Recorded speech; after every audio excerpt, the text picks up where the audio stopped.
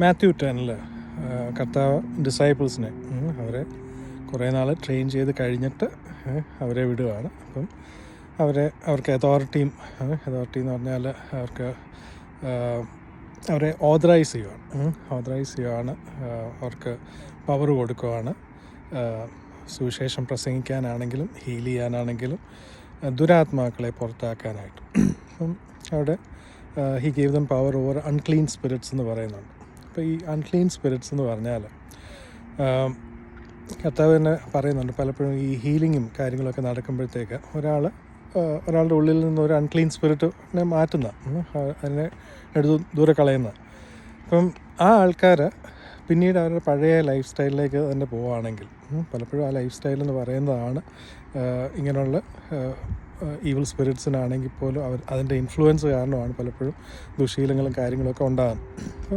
അപ്പം ആ ശീലങ്ങൾ മാറ്റാൻ അവർക്ക് ഉദ്ദേശമില്ല, അല്ലെങ്കിൽ പഠിക്കാൻ കൂടുതൽ പഠിച്ചത് എങ്ങനെ മാറ്റണമെന്നൊന്നും അവരങ്ങനെയുള്ള ഡിസിഷൻസ് ഒന്നും എടുക്കുന്നില്ലെങ്കിൽ എന്തോ സംഭവിക്കുന്നു പറഞ്ഞാൽ ആ ദുരാത്മാവ് പോയിട്ട് പിന്നെ വേറൊരു 7 എണ്ണത്തിനെയും കൂടെ കൊണ്ടുവന്നിട്ട് നേരത്തേക്കാളും വഷളാവും ആളുടെ കാര്യമെന്ന് പറയുന്നുണ്ട്. അപ്പോൾ പലപ്പോഴും ആൾക്കാർ ഈ ഹീലിങ്ങും കാര്യങ്ങളൊക്കെ കിട്ടിക്കഴിഞ്ഞിട്ട് അതുവഴിക്കാൻ പോവും. അത് കൂടുതൽ എങ്ങനെയാണ് അത് മെയിൻറ്റെയിൻ ചെയ്യേണ്ടത്, പഠിക്കേണ്ടതെന്നൊന്നും അവർ തിരക്കാറില്ല. അപ്പം അഗെയിൻ ഈ അൺക്ലീൻ സ്പിരിറ്റ്സ് എന്ന് പറയുന്നത് അവർ എപ്പോഴും ആദ്യമേ അവർ ചെയ്യുന്നൊരു ഫസ്റ്റ് ലെവൽ എന്ന് പറയുന്നത് എപ്പോഴും ദുശീലങ്ങളിലേക്ക് കൊണ്ടുപോകുക എന്നുള്ളത്.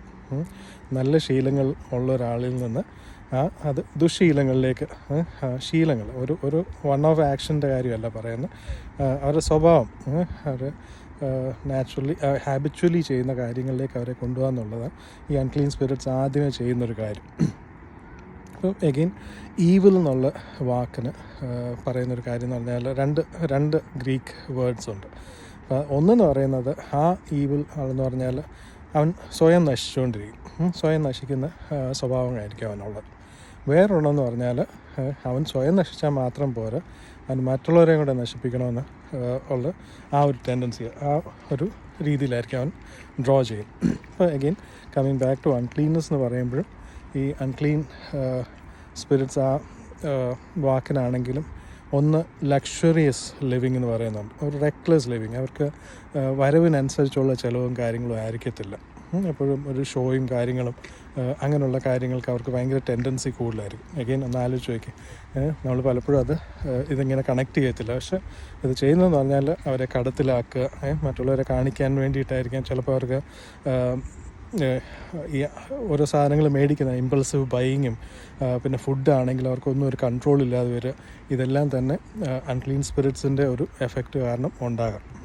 അപ്പം നമ്മൾ ശ്രദ്ധിച്ച് നോക്കിയാൽ മതി. ഇതിൻ്റെയൊക്കെ റിസൾട്ട്സ് എന്ന് പറയുന്നത് ഇങ്ങനെയുള്ള കാര്യങ്ങളായിരിക്കും.